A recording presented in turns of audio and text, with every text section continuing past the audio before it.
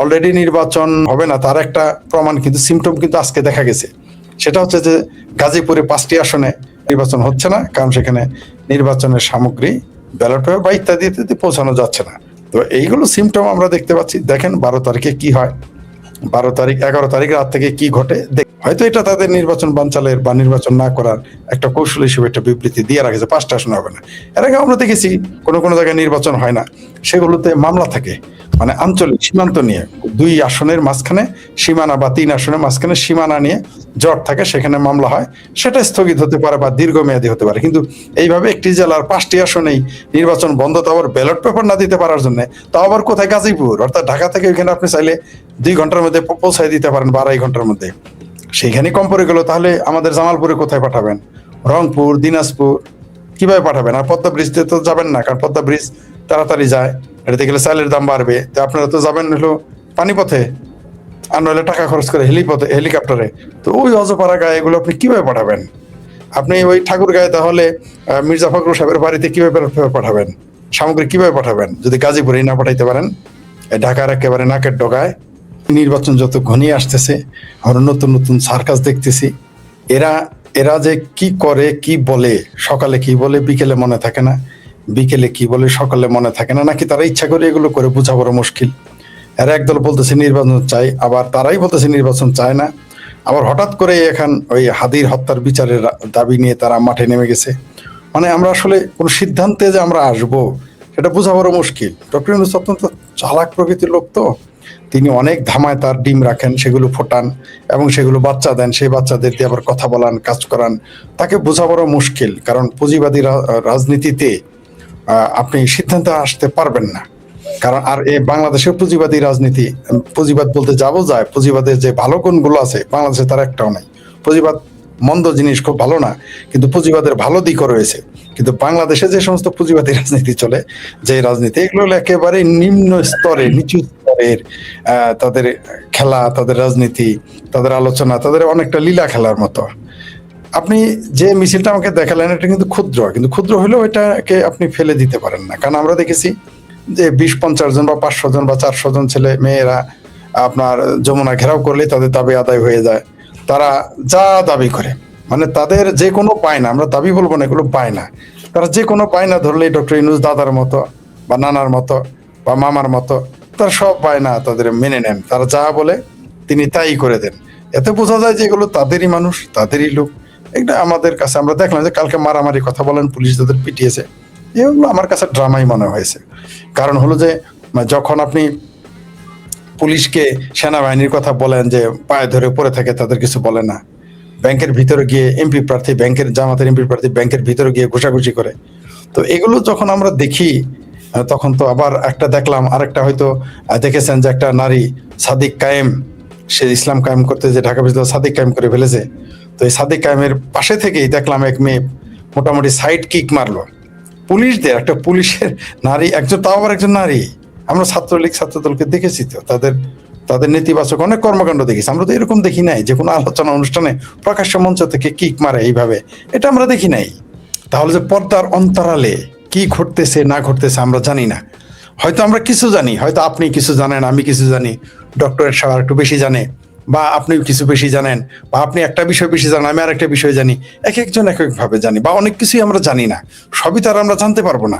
কারণ ওই এগ্রিমেন্ট, ওই যে যেটা বললেন যে নন নন ডিসক্লোজার এগ্রিমেন্টের কথা বললেন, সেটাও আমরা জানি না, ওখানে কি কি লেখা আছে আমরা জানি না, আমরা সেটা জানি না, জানতে দেওয়া হচ্ছে না।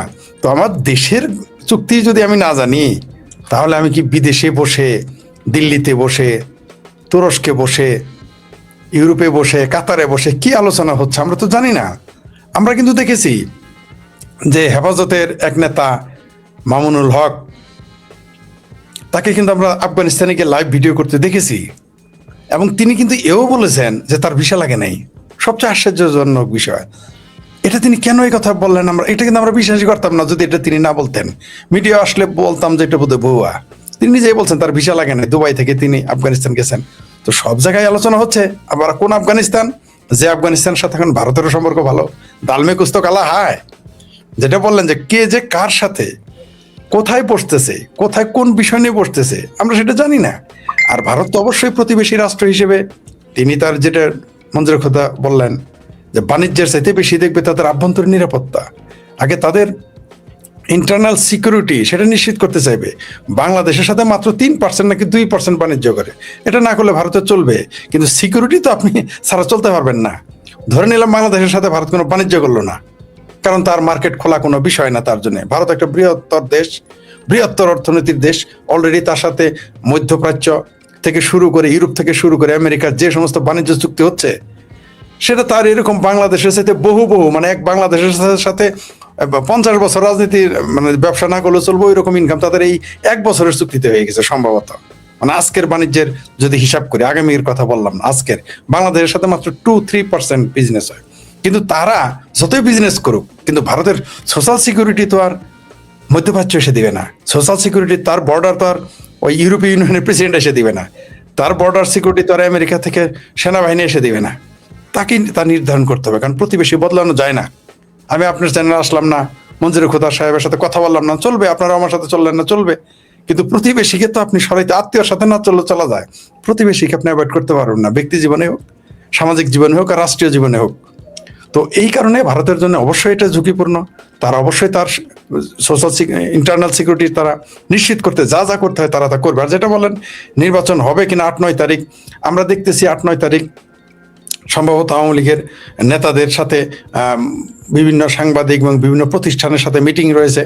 এছাড়া ভারতের সাথে আরো বিভিন্ন দেশের সাথে আলোচনা হচ্ছে, আমরা শুনতেছি। তাই 8-9 তারিখ আমরা বলতেছি এই কথা যে একটা কিছু হতে পারে, নির্বাচন পিছিয়ে যেতে পারে। আমি 30শে জুনের কথা আমিও শুনেছি যে নির্বাচন পিছিয়ে যাচ্ছে, কিন্তু কারা কারা কি হবে এটা আমি এ পর্যন্ত জানি না। আপনি যেটা বলেন নিউজটা আমাকে বার্ডস আই ভিউ হিসেবে দেখেছি, ভিতরে পড়ি নাই। তো এটা হতে পারে, কারণ হলো যে এই নির্বাচন যদি হয় এর তো স্থায়িত্ব থাকবে না। এমনকি নির্বাচন হয়ে গেলেও হয়তো আবার সরকার গঠিত হতে পারে কোনো না কোনো অজুহাতে। কারণ 28 দফায় কি আছে আমি কিন্তু নিজে আসলেই জানি না, আমি এখন 28টি দফা পড়ি নাই, সত্যি কথা যেটা, কারণ প্রয়োজনে তাই মনে করি নাই। কারণ এই দেশে ওই যেটা মানে যেটা আজকে আমি বলতে চাইছিলাম, মেরা মুকাবাত আপনি ছিন লিয়া, যেটা ডক্টর মঞ্জুর খোদা বলেছেন আজকে, সেটা হলো যে নির্বাচন কিন্তু হ্যাঁ ভোট জিতলেও কিন্তু বিপদে পড়বে, এই দেশও বিপদে পড়বে, বিএনপিও বিপদে পড়বে। তারা যদি মনে করে, অনেক সময় আপনি দেখবেন শিং মাছ যখন কারেন্ট জাল বুঝেন তো, যেটা ফাঁসি জাল বলে, কারেন্ট জাল বলে, ওই জালে যখন পরে শিং মাছ তখন বেশি নাড়াচাড়া করে বাঁচার জন্য, তখন কিন্তু আরো বেশি ভেজালে পড়ে। তো ডক্টর ইউনূস এত ভেজাল করে ফেলেছে যে ভেজাল করতে করতে জালের মধ্যে এত গুতাইতেছে সে নিজেই ফেসাতে পড়ে গেছে, কিন্তু পাড়ায় আসতে পারবে না। তো এই নির্বাচন 12 তারিখে নির্বাচনটা হলেও বিপদে পড়বে, না হলেও বিপদে পড়বে। না ভোট বিজয়ী হলে তো সে বিপদে পড়বেই, এমনকি হ্যাঁ ভোট বিজয়ী হলেও ডক্টর ইউনূস মনে করতেছে সে পার পেয়ে যাবে, আমার মনে হয় না। কারণ কোনো না কোনো ফাঁক ফোকরে সে ধরা পড়ে যাবে, তার সিমটম কিন্তু আপনি পাচ্ছেন অলরেডি। কিছু কিছু মিডিয়াতে প্রকাশ এসেছে, নিউজ এসেছে যে এদের পাসপোর্ট আটকাও, এদের বিদেশে যাইতে দিও না, 12 তারিখ এয়ারপোর্ট ঘেরাও করবে। আবার স্বেচ্ছা প্রণোদিত হয়ে নিজেরাই পাসপোর্ট জমা দিচ্ছে, যেটা আমরা এর আগে দেখি নাই। স্বেচ্ছা প্রণোদিত হয়ে তারা কেউ কেউ নির্বাচনে বিরোধিতা করতেছে, এটাও আমরা দেখলাম। তো এইগুলো সিমটম তো বোঝা যায় যে একটা কিছু ঘটতে যাচ্ছে, পালিয়েও যেতে পারে, পালিয়ে যেতে নাও দেওয়া হতে পারে। কারণ ওই যে বললেন যে চা খেতে সময়ও কিন্তু চায়ের কাপ, যতক্ষণ চা আপনার মানে স্টমাকে না ঢুকে ততক্ষণ কিন্তু চা আপনার জিভাতে গেলেও মনে করেন না যে আপনার চাটা আপনার স্টমাকে ঢুকেছে, আপনার জিভা পুড়ে যেতে পারে, হাত থেকে পড়ে যেতে পারে কাপটাও, অনেক কিছুই ঘটতে পারে। ডক্টর ইউনূস নিজেকে তো বহুত চালাক মনে করতেছেন, ডক্টর ইউনূস কিন্তু নিজেকে যত চালাক মনে করেন ডক্টর ইউনূস কিন্তু তত চালাক নন, এটা কিন্তু আমরা বুঝতে পারছি তার কথায় কাজে। ওই যে ডক্টর মঞ্জুরের খোদা একটা চ্যালেঞ্জ করেছে, এটা আমি করলে হয়তো আমাকে হাস্যকর বলতো বা আমাকে আমার সনদ নিয়ে টানাটানি লাগাইতো, কিন্তু উনি একজন ডক্টরেট, ওনাকে তো আর বলতে পারেন। আমি এই কথাটা আমারও হৃদয়ের কথা। সেটা হলো এই যে উনি মডারেটর থাকবেন, তার বন্ধুর ছাত্র একজন থাকবে, আলী রিয়াজকে বসায় দেখ, কে কত সংবিধান বুঝে আমরা একটু আসলে দেখতে চাই। আসলে আপনি এই চ্যালেঞ্জটা দিয়ে খুব ভালো করেছেন।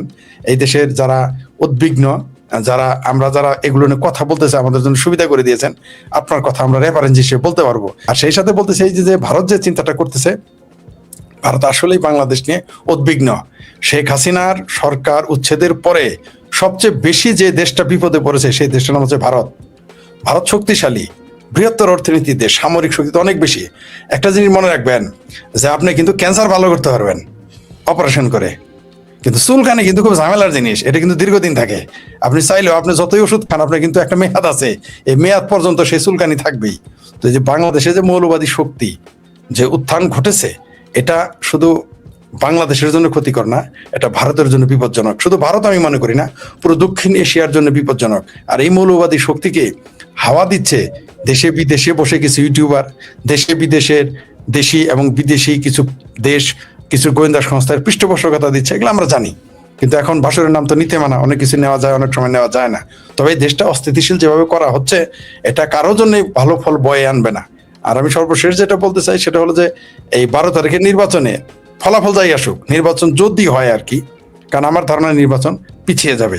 যেটা আপনি একটু আগে একটা উদাহরণ দিলেন, কারা কি হবে এই দেশে, ও আপনি যাদের নাম বললেন নিঃসন্দেহে তারা যোগ্য, কোনো সমস্যা নাই। এমনকি এই যে সংবিধান বিশেষজ্ঞ স্বাধীন মালিককে উপদেষ্টা বানায় ফেলতে পারে, কোনো সমস্যা নাই। কারণ আমার ভাবির ছেলেরা যদি আমাদের এই যে আমাদের স্যারের ছাত্রের ছাত্র হওয়ার যাদের যোগ্যতা নাই, তারা যদি এসে উপদেষ্টা হয়ে যেতে পারে, তাহলে স্বাধীন মালিককে তো, ডক্টর স্বাধীন মালিকের তো প্রধান উপদেষ্টা হওয়ার মধ্যে আমি তো কোনো ভুল দেখতেছি না, অন্যায় দেখতেছি না, কোনো ক্ষতি দেখতেছি না, কোনো মানে নেতিবাচক দেখতেছি না।